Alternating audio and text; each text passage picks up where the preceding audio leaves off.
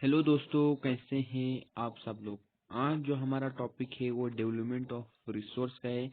Chapter number 1, resource and development से अब हम पढ़ेंगे कि रिसोर्स को कैसे डेवलप किया जाए, उनके लिए क्या चीजें की गई है, रिसोर्स को ज्यादा एक्सप्लॉयटेशन नहीं होने के लिए, जो एक्सप्लॉयट हो गए उनको वापस डेवलप करने के लिए क्या क्या चीजें की गई, वो सब हम पढ़ेंगे। तो वो रिसोर्स कैसे एक्सप्लॉयट होते हैं या वो कैसे तबाह होते हैं, वो सब हम पढ़ेंगे। और उसके बाद हम देखेंगे कि गवर्नमेंट ने कौन कौन से कदम उठाए ताकि वो रिसोर्स को डेवलप कर सके। तो सबसे पहले हम पढ़ते हैं कि ये एनसीईआरटी से है, ये मेन पॉइंट्स। ये पहला है, ये दूसरा है, ये तीसरा है, ये चौथा और ये पांचवा पॉइंट। हाँ, रिसोर्स जो है वो इंसान के लिए बहुत ही जरूरी है। आप में से हर एक कहेगा कि हाँ भाई, रिसोर्स तो जरूरी है। ये क्या करता है, हमारी लाइफ की जो क्वालिटी है उसको मेंटेन करके रखता है। जैसे कि आप अपने इर्द गिर्द देखिए, कितने रिसोर्स आपकी जिंदगी को आसान बना रहे हैं। अगर वो रिसोर्स नहीं होते तो आपकी जिंदगी इतनी आसान नहीं होती। हाँ, आप अपने इर्द गिर्द देख के अंदाजा लगा सकते हैं कि रिसोर्स के बगैर जिंदगी बे नामुमकिन है। जो ह्यूमन बींग से पता है कि हम, आप सबको पता है कि हम रिसोर्स को इनडिस्क्रिमिनेटली, बेरहमी से उसको इस्तेमाल कर रहे हैं, जिसकी वजह से बहुत सारे प्रॉब्लम्स हो सकते हैं। सॉरी, यहाँ पे पी छोड़िए, प्रॉब्लम्स से बहुत सारे प्रॉब्लम्स हो सकते हैं। वो सब पढ़ेंगे कि कौन से प्रॉब्लम्स होते हैं। पहला है डिप्लेशन ऑफ रिसोर्स। अगर रिसोर्स का डिप्लेशन कैसे होता है, आप कहेंगे हाँ भाई रिसोर्स का तो डिप्लेशन हो रहा है, वो इंसान कैसे डिस्क्रिमिनेटली यूज कर रहे हैं, उससे क्या होता है, डिप्लेशन कौन कर रहा है, मैं तो नहीं कर रहा हूँ। Depletion of resource for satisfying ग्रेडी, कुछ लालच इंसान अपनी जो ख्वाहिशें हैं उनको पूरा करने के लिए रिसोर्स को तबाह कर देते हैं। जैसे कि वो बहुत पैसा कमाने के लिए मिनरल्स को यूज करते हैं, फॉरेस्ट को काट देते हैं, वुड्स को बेच देते हैं, जिसकी वजह से वुड्स कम हो रहे हैं, जिसकी वजह से हमारे रिसोर्स डिप्लीट हो रहे हैं। बहुत सारे रिसोर्स हैं जो लालच के लिए इंसान खत्म कर रहा है। नेचर ने हमें गिफ्ट में बहुत सारे रिसोर्स दिए, उनको हम इनडिस्क्रिमिनेटली, हम बेरहमी से यूज कर रहे हैं अपने। हम सोच रहे हैं कि भाई हमारे 60 साल जीऊं या 70 साल जीऊं, ऐशो आराम की जिंदगी जीऊं, बल्कि हम नहीं सोच रहे हैं कि हमारी पीढ़ी कैसी जाएगी। नहीं कह रहा है कि कुछ डिप्लेशन रिसोर्स किसकी वजह से हो रहा है, कुछ इंडिविजुअल्स की ग्रीड, लालच की वजह से। दूसरा है एक्यूमुलेशन। एक्यूमुलेशन हो गया किसी के हाथ में पूरे रिसोर्स आना, किसी के हाथ में पूरे रिसोर्स आना, जिससे सोसाइटी दो सेगमेंट में बढ़ जाती है, रिच और पुअर। एग्जाम्पल फॉरेस्ट का ले रहा हूँ। जैसे कि किसी ने, किसी के पास थोड़ी सी एकड़ की जमीन है, वहां पे है 100-200 पेड़ है, 100-200 पेड़ है। जो गरीब लोग हैं वो उधर ही से अपनी रोजी रोटी कमाते हैं, थोड़ी लकड़ी लेके बाजार में बेचते हैं और वापस आके आके अपने घर का गुजारा करते हैं। तो सोच सकते हैं पूरे इंसान अपनी रोजमर्रा जिंदगी को कैसे बीत रहा है, वो अपने फैमिली को कैसे पाल रहा है। तो कुछ लालच या कुछ और कहें, वो इंसान अगर वो पूरा एक्यूमुलेट करके ये पूरे ट्रीज लेके एक स्टोर में पूरा जब्त करे, इसको बंद करे, स्टोर बेचने के लिए इसको बंद करे, तो ये इसमें क्या होगा, इसमें आपको पता है रिसोर्स पूरे किसके, एक इंसान के हाथ में आ गए। इधर हमें पता चला जो गरीब था वो बहुत ही गरीब हो गया और जो अमीर था वो अमीर होते गए, जिसकी वजह से जो सोसाइटी है वो दो हिस्सों में बांट गई। अब हम देखिए, तो हमने देखी काज जिसकी वजह से क्या होते हैं, रिसोर्स डिप्लेशन हो रहे हैं, खत्म हो रहे हैं। तीसरा देखते हैं इनसे क्या होगा। डिप्लेशन हो गया तो क्या होगा, अगर हम इसी तरह बेरहमी से रिसोर्स को इस्तेमाल करते गए, खत्म करते गए, तो ग्लोबल क्राइसिस हो जाएंगे, दुनिया में बहुत सारी चीजें हो जाएंगी, जैसे कि ग्लोबल वार्मिंग। आपको पता है भाई, ऑक्सीजन की मात्रा कम होगी, CO2 की ज्यादा होगी। कम क्यों होगी, पेड़ काटेंगे तो ऑक्सीजन कम होगा, ऑब्वियसली बात है। अगर पेड़ ज्यादा लगाएंगे तो ऑक्सीजन की मात्रा सही रहेगी। अगर हम इसी तरह, अगर पेड़ कम हो गए, इसी तरह अगर पेड़ कम हो गए तो जो CO2 की मात्रा बढ़ जाएगी, जिसकी वजह से ग्लोबल वार्मिंग होगी, ओजोन लेयर डिप्लेशन हो गया। आपको पता है, आपने इन्वायरमेंट में एक चैप्टर है साइंस में, शायद फिजिक्स का, फिजिक्स में बायोलॉजी का लास्ट चैप्टर है, जिसमें इन्वायरमेंट में ओजोन लेयर कैसे बनता है। जब ओजोन के साथ O2 मिलता है तो O3 बनाता है, O3 बनाता है जो हमारा ओजोन लेयर होता है। और लैंड डिग्रेडेशन, आपको पता है लैंड डिग्रेडेशन कैसे होती है। जैसे कि हम बात करें, अगर यहाँ पे लैंड के ऊपर ट्री थी, ट्री को हम काट दिया तो जो सॉइल इसने पकड़ की थी वो ऊपर वाली फर्टाइल सॉइल पानी लेके जाएगा, जिसकी वजह से डिग्रेड खराब हो जाएगी। अब इसके लिए जब गवर्नमेंट को पता चला कि भाई ये सब हो रहे हैं, तो उसने क्या किया, रायो डी जेनेरियो सस्टेनेबल डेवलपमेंट ये पढ़ा।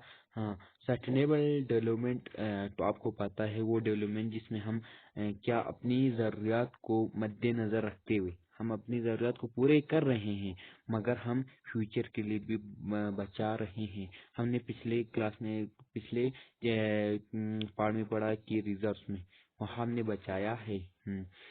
इसके लिए गवर्नमेंट ने, इसके लिए पूरी वर्ल्ड वाइड जब ये पता चला कि रिसोर्स ज़्यादा तेज़ी से डिप्लीट हो रहे हैं, तो वर्ल्ड वाइड में जो नेशंस, बड़े बड़े नेशंस थे, उनने मिल के एजेंडा 21 बनाया। अब हम रायो डी जिनारियो पे एक समिट हुआ था, उसके बारे में पढ़ेंगे। रायो डी जिनारियो अर्थ समिट, ये 1992 में हुआ था। अर्थ समिट क्यों कहा गया, ये पहली बार अर्थ की अर्थ में कि अर्थ के लिए, जमीन के लिए कुछ किया गया कि भाई जमीन पोल्यूट हो रही है, रिसोर्स कम हो रहे हैं। इसके लिए पहली समिट हो गई थी 1992 रायो डी जेनेरियो ब्राजील में। ये कहाँ है, ब्राजील में। अगर in June 1990, more than heads of states met at the Rio de Janeiro for the first international summit। यहाँ कह रहा है कि जून 1992 में 100 से भी ज्यादा कंट्री के हेड, बड़े बड़े हेड्स होते हैं कंट्री के, आपको पता है प्रेसिडेंट या प्राइम मिनिस्टर, हाँ, स्टेट्स के, यहाँ पे हाँ स्टेट्स के मिल गए थे किस, पहली इंटरनेशनल समिट, यानी इंटरनेशनल मतलब पूरी दुनिया के लिए जो समिट हुआ था, उसके लिए 100 से ज्यादा हेड्स क्या मीट किए थे पहली बार। The summit was convened for addressing urgent problems for the environment protection and socio-economic development at the global level। अब जो समिट था वो किसके बारे में था, जो रायो डी जेनेरियो पे 8 समिट हो गया था, वो किसके बारे में था। ये कह रहा है कि ये जो था वो जो अर्जेंट प्रॉब्लम्स, जो प्रॉब्लम्स फेस कर रहे हैं आजकल दुनिया में, जैसे कि इन्वायरमेंटल प्रोटेक्शन, इन्वायरमेंट को कैसे प्रोटेक्शन कर रहे हैं। इन्वायरमेंट की बोले तो आप पूछोगी इन्वायरमेंट को क्या हो रहा है, जैसे कि हमने पढ़ा कि ग्लोबल वार्मिंग हो रहा है, ओजोन लेयर डिप्लेशन हो रहा है, लैंड डिग्रेडेशन हो रहा है। इन सबको जब पता चला तो इन्होंने अर्जेंट प्रॉब्लम्स, हाँ, इन्वायरमेंट प्रोटेक्शन की बात करी भाई, इन्वायरमेंट को कैसे प्रोटेक्ट करना है, इन्वायरमेंट को कैसे प्रोटेक्ट करना है। और सोशियो इकोनॉमिक डेवलपमेंट, समाज में कैसे डेवलपमेंट करनी है, समाज में बिल्डिंग्स कैसे बनाना है ग्लोबल लेवल में। जो leader sign the declaration of global climate change and biological diversity, जो लीडर्स थे, बड़े बड़े लीडर्स थे, उन्होंने साइन किया कि भाई declaration on global climate and biological diversity, जो ये बात हो गई थी क्लाइमेट चेंज, जो क्लाइमेट चेंज हो रहा था, बायोलॉजिकल डाइवर्सिटी की, बहुत सारे फ्लोरा भी हैं, फाना भी है, उन सब पे हो गई थी, उन सब बहुत सारी चीज़ों पे। यहाँ पे ये बात नहीं है कि 2-3 चीज़ों पे पहली बार इंटरनेशनल एड समिट 2 ही चीज़ों पे होगी, बहुत सारी चीज़ों पे हो गई थी। जो